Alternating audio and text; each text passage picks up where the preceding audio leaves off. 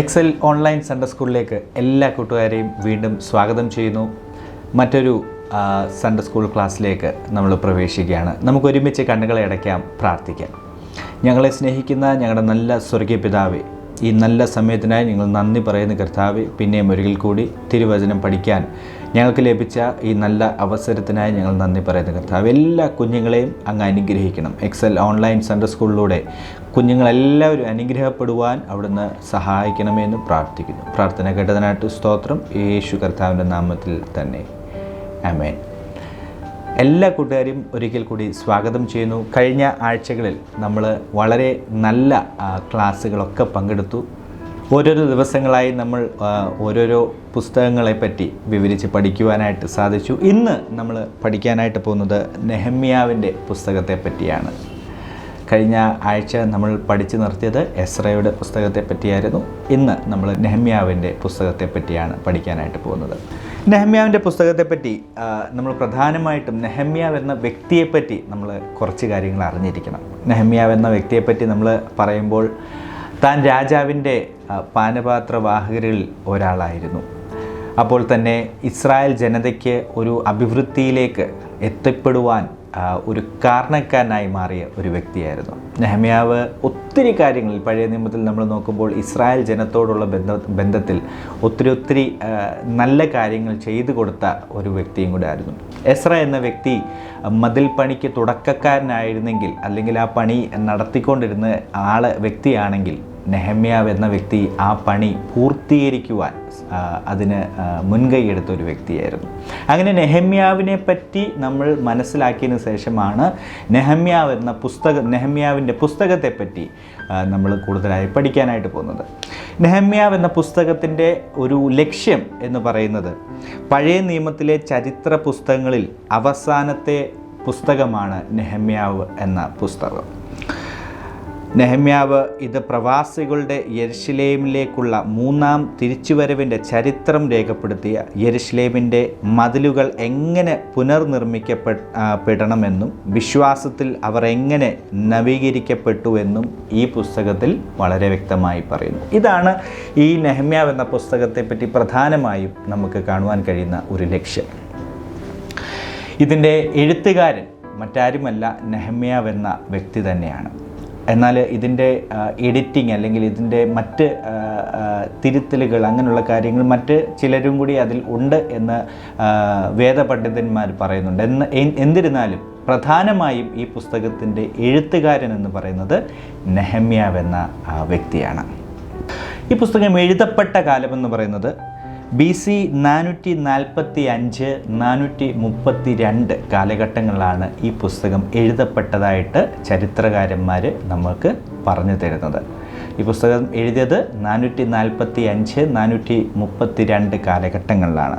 നെഹമ്യാവിനെ പറ്റി നമ്മൾ പഠിക്കുമ്പോൾ ഏറ്റവും പ്രധാനപ്പെട്ട ഒരു വിഷയം എന്താണെന്ന് ചോദിച്ചാൽ, ആത്മീകമായി ഉണർത്തുവാൻ, ഇസ്രായേൽ ജനതയെ ആത്മീകമായി ഉണർത്തുവാൻ നെഹമ്യാവിനെ കൊണ്ട് കഴിഞ്ഞു എന്നുള്ളതാണ്. ഇസ്രായേലിൻ്റെ പല അവസ്ഥകൾ നമുക്ക് പഴയ നിയമത്തിൽ കാണുവാനായിട്ട് കഴിയും. ഏറ്റക്കുറച്ചിലുകൾ, പല സാഹചര്യങ്ങൾ നമുക്ക് കാണുവാൻ കഴിയും. എന്നാൽ നെഹമ്യാവ് എന്ന പ്രവാചകൻ്റെ ഏറ്റവും പ്രധാനപ്പെട്ട ഒരു കർത്തവ്യത്തിലൊന്നായിരുന്നു ഇസ്രായേൽ ജനതയെ ആത്മീകമായി ഉണർത്തുവാൻ, അവരെ ഒന്ന് എൻറീച്ച് ചെയ്യുവാനായിട്ട് നെഹമ്യാവ് എന്ന പ്രവാചകനെ കൊണ്ട് കഴിഞ്ഞു എന്നുള്ളതാണ്. ഈ പുസ്തകത്തിൻ്റെ പ്രധാനപ്പെട്ട വ്യക്തികൾ ആരൊക്കെയാണെന്ന് നമുക്കൊന്ന് നോക്കാം. ഈ പുസ്തകത്തിൽ പ്രധാനമായും നമുക്ക് കാണുവാൻ കഴിയുന്നത് നെഹമ്യാവിനെ കാണുവാൻ കഴിയുന്നു, എസ്രായെ കാണുവാൻ കഴിയുന്നു, ബെല്ലത്തിനെയും അതുപോലെ തോബിയാവിനെയും നമുക്ക് കാണുവാൻ കഴിയും. ഈ 4 വ്യക്തികളാണ് നെഹമ്യാവ് എന്ന പുസ്തകത്തിൻ്റെ പ്രധാനപ്പെട്ട വ്യക്തികൾ. ഈ പുസ്തകത്തിൽ 13 അധ്യായങ്ങളാണ് മൊത്തത്തിലുള്ളത്. ഈ പുസ്തകത്തിൻ്റെ പ്രധാനപ്പെട്ട സ്ഥലം എന്ന് പറയുന്നത് മറ്റെങ്ങുമല്ല, യെരുശലേം തന്നെയാണ്. ഈ പുസ്തകത്തിനൊരു പ്രത്യേകതയുണ്ട്.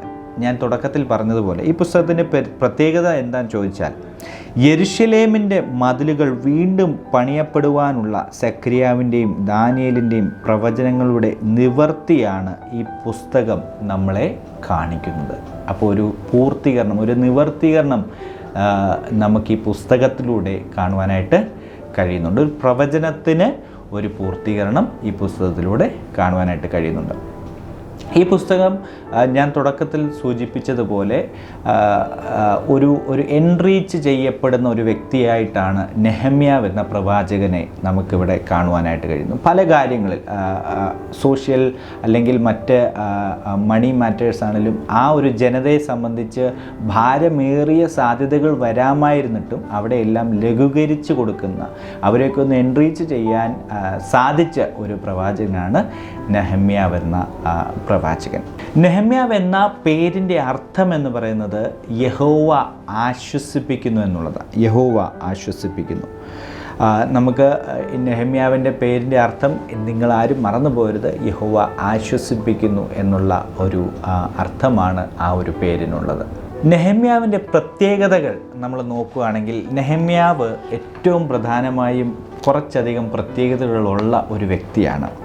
പ്രാർത്ഥന നെഹമ്യാവിൻ്റെ ജീവിതത്തിലെ ഒരു പ്രത്യേകതയായിരുന്നു. സഹിഷ്ണുത, അതുപോലെ തന്നെ ദേശഭക്തി, അതുപോലെ ധൈര്യം, നേതൃത്വം നൽകുവാൻ വളരെ കഴിവുള്ള ഒരു വ്യക്തിയായിരുന്നു നെഹമ്യാവ്. വളരെയധികം വിനയമുള്ള ഒരു വ്യക്തിയും കൂടിയായിരുന്നു നെഹമ്യാവ്. ഇത് അനുകരിക്കുന്നതിൽ നമ്മളെല്ലാവരും ഒന്ന് ഉത്സാഹിക്കണം. കാരണം നെഹമ്യാവിൻ്റെ ജീവിതത്തിൽ നിന്നും നമ്മൾ പഠിച്ചിരിക്കേണ്ട, അല്ലെ ഏറ്റവും പ്രധാനമായും നമ്മൾ മനസ്സിലാക്കേണ്ട, അല്ലെ കോപ്പി പേസ്റ്റ് ചെയ്യേണ്ട ഒരു കാര്യമാണ് പ്രാർത്ഥന, ധൈര്യം, വിനയം. ഇങ്ങനെയുള്ള കാര്യങ്ങൾ നമ്മൾ എന്ത് ചെയ്യണം?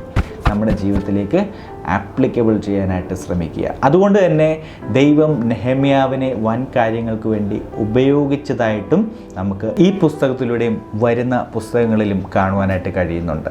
ഇനി നമ്മൾ ഈ പുസ്തകത്തിൻ്റെ സ്ഥിതി വിവര കണക്കുകളൊന്ന് നോക്കാനായിട്ട് പോവാം. നമ്മൾ വേഗത്തിലാണ് ഈ പുസ്തകം പഠിക്കുന്നത്. കാരണം ഞാൻ തുടക്കത്തിൽ പറഞ്ഞ പോലെ നമുക്ക് 13 അധ്യായങ്ങളാണ് ഈ പുസ്തകത്തിൽ മൊത്തത്തിലുള്ളത്. 13 അധ്യായങ്ങൾ. ഈ പുസ്തകം എന്ന് പറയുന്നത് വേദപുസ്തകത്തിൽ 16ാമത്തെ പുസ്തകമാണ്.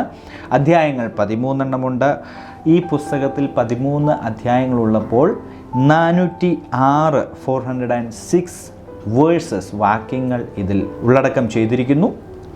നിവൃത്തിയായ പ്രവചനങ്ങൾ 3 ഇതിൽ നമുക്ക് കാണുവാനായിട്ട് കഴിയുന്നത്. ഇതിലെ മുന്നറിയിപ്പുകൾ, 3 മുന്നറിയിപ്പുകൾ ഈ പുസ്തകത്തിലൂടെ നമുക്ക് കാണുവാനായിട്ട് കഴിയുന്നുണ്ട്. ആജ്ഞകളായിട്ട് 14 ആജ്ഞകൾ നമുക്ക് ഈ പുസ്തകത്തിൽ കാണുവാൻ കഴിയുന്നുണ്ട്. വാഗ്ദാനങ്ങൾ ഇതിൽ ഇല്ല. അപ്പോൾ തന്നെ ദൈവത്തിൽ നിന്നുള്ള പ്രത്യേക സന്ദേശങ്ങളില്ല. ചോദ്യങ്ങൾ, 24 ചോദ്യങ്ങൾ ഈ പുസ്തകത്തിൽ കാണുവാനായിട്ട് കഴിയുന്നുണ്ട്. അപ്പോൾ മൊത്തത്തിൽ നെഹമ്യാവ് എന്ന പുസ്തകത്തിൽ പ്രധാനമായും നമ്മൾ പഠിച്ചിരിക്കേണ്ട നെഹമ്യാവ് എന്ന വ്യക്തിയുടെ ഒരു ജീവിതത്തെ പറ്റിയാണ്. നെഹമ്യാവ് എന്ന വ്യക്തിയുടെ ജീവിതത്തെ പറ്റി. മറ്റ് പുസ്തകങ്ങളിൽ നമ്മൾ ചരിത്രങ്ങളും മറ്റു കാര്യങ്ങളും ഒക്കെ മനസ്സിലാക്കുമ്പോൾ നെഹമ്യാവ് എന്ന പുസ്തകത്തിൽ നെഹമ്യാവ് എന്ന വ്യക്തിയുടെ ജീവിതത്തെ പറ്റി നമുക്ക് പഠിക്കുവാനായിട്ടും അത് നമ്മുടെ ജീവിതത്തിൽ പ്രാവർത്തികമാക്കുവാനായിട്ടും സാധിക്കണം. പ്രത്യേകിച്ച് ഞാൻ പറഞ്ഞതുപോലെ നെഹമ്യാവ് എന്ന വ്യക്തിയുടെ ഒരുപാടധികം പ്രത്യേകതകൾ നമുക്ക് ഈ പുസ്തകത്തിൽ കാണുവാൻ കഴിയുന്നുണ്ട്. ഈ പ്രത്യേകതകൾ നമ്മൾ മനസ്സിലാക്കുക മാത്രമല്ല, കേവലം മനസ്സിലാക്കി പോകുകയല്ല, മറിച്ച് നമ്മുടെ ജീവിതത്തിൽ അതൊന്ന് ആപ്ലിക്കേഷൻ ചെയ്യുവാനായിട്ട് സാധിക്കണം എന്നുള്ളതാണ് ഈ പുസ്തകത്തിലൂടെ ഞാൻ നിങ്ങളോട് പറയുവാനായിട്ട് ആഗ്രഹിക്കുന്നത്. നെഹമ്യാവ് എന്ന പുസ്തകത്തെപ്പറ്റി നമ്മൾ വളരെ വേഗത്തിൽ ഒരു ചെറിയ ബ്രീഫ് ഇൻട്രഡക്ഷനാണ് ഇപ്പോൾ നമ്മൾ പഠിച്ചത്. കൂടുതലായിട്ട് ഈ പുസ്തകം വായിക്കാനായിട്ട് നിങ്ങൾ ശ്രമിക്കുക. 13 അധ്യായങ്ങളേ ഉള്ളൂ, 406 വാക്യങ്ങളേ ഉള്ളൂ. ഓരോ ദിവസം ഒരു 20-25 വാക്യം വെച്ച് വായിച്ചാൽ നിങ്ങൾക്ക് എത്രയും വേഗം ഈ പുസ്തകത്തെ പറ്റിയുള്ള കൂടുതൽ അറിവുകൾ ലഭിക്കുവാനായിട്ട് സാധിക്കും. അതുകൊണ്ട് ഈ പുസ്തകം നിങ്ങൾ വായിക്കുവാനായിട്ട് ഞാൻ പ്രത്യേകം ആഹ്വാനം ചെയ്യുന്നു. കൂടുതലായി പഠിക്കുവാനും കർത്താവിൽ ദൈവജനത്തിൽ വളരുവാനുമായിട്ട് നമ്മളെ ദൈവം സഹായിക്കട്ടെ. God bless U. നമുക്ക് ഒരുമിച്ച് ഒരു വാക്ക് പ്രാർത്ഥിച്ച് നമ്മുടെ ഇന്നത്തെ ക്ലാസ് വൈൻഡപ്പ് ചെയ്യാം. ഞങ്ങളെ സ്നേഹിക്കുന്ന ഞങ്ങളുടെ നല്ല സ്വർഗീയ പിതാവേ, ഈ നല്ല സമയത്തിനായി ഞങ്ങൾ നന്ദിയോടെ സ്തോത്രം ചെയ്യുന്നു. പ്രത്യേകാൽ കർത്താവെ, തിരുവചനത്തിലൂടെ ഞങ്ങൾക്ക് ഒരുമിച്ച് പഠിക്കുവാനായിട്ട് തന്ന കൃപയ്ക്കായി സ്തോത്രം. എക്സൽ ഓൺലൈൻ സൺഡേ സ്കൂളിലൂടെ ഈ പ്രോഗ്രാം, ഈ ക്ലാസ്സുകൾ അറ്റൻഡ് ചെയ്യുന്ന എല്ലാ കുഞ്ഞുങ്ങളെയും അങ്ങ് അനുഗ്രഹിക്കണമെന്ന് പ്രാർത്ഥിക്കുന്നു. മുഴുവൻ മഹത്വം എടുക്കണം. അടുത്ത ആഴ്ചയിൽ ഞങ്ങൾ വീണ്ടും കടന്നു വരുന്നതും വരെ ഞങ്ങളെല്ലാവരെയും അങ്ങ് സഹായിക്കണമെന്ന് പ്രാർത്ഥിക്കുന്നു. പ്രാർത്ഥന കേട്ടതിനായിട്ട് സ്തോത്രം. മുഴുവൻ മഹത്വം അങ്ങേക്ക് യേശു കർത്താവിൻ്റെ നാമത്തിൽ തന്നെ. Amen amen amen. So God bless you. എല്ലാ കൂട്ടുകാരെയും ദൈവം അനുഗ്രഹിക്കട്ടെ. നമുക്ക് വീണ്ടും അടുത്ത ആഴ്ച കണ്ടുമുട്ടാം. അതുവരെയും ദൈവം എല്ലാവരെയും സൂക്ഷിക്കട്ടെ. God bless you all. Thank U.